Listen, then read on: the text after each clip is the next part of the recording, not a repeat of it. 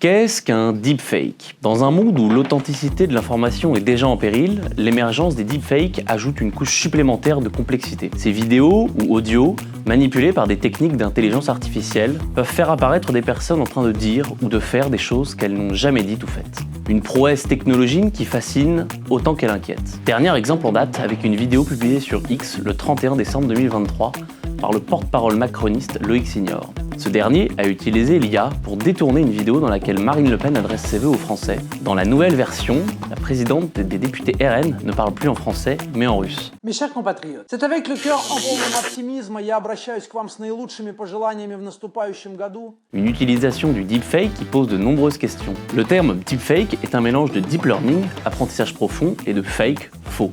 Cette technologie, apparue au milieu des années 2000, utilise des réseaux de neurones pour analyser et reproduire des modèles de comportement humain. Avec suffisamment de données, un deepfake peut créer des imitations presque parfaites, rendant difficile la distinction entre le vrai et le faux. À leur début, les deepfakes ont surtout été associés à des usages humoristiques ou artistiques. Cependant, leur potentiel de nuisance est énorme. Ils peuvent être utilisés pour de la désinformation, influencer l'opinion publique, falsifier des preuves, ou encore pour du cyberharcèlement. Par exemple, un deepfake pourrait montrer un leader politique faisant des déclarations incendiaires ou menaçant la stabilité politique. Pour les démocraties occidentales, la détection des deepfakes est un défi. Bien que des outils soient en développement pour les identifier, les progrès technologiques rendent les deepfakes de plus en plus sophistiqués. Les experts suggèrent de prêter attention à des détails subtils dans les vidéos, comme des irrégularités dans les mouvements faciaux ou des incohérences dans la parole. Cette technologie soulève des questions éthiques et légales. Devrait-on réglementer la création et la distribution des deepfakes ?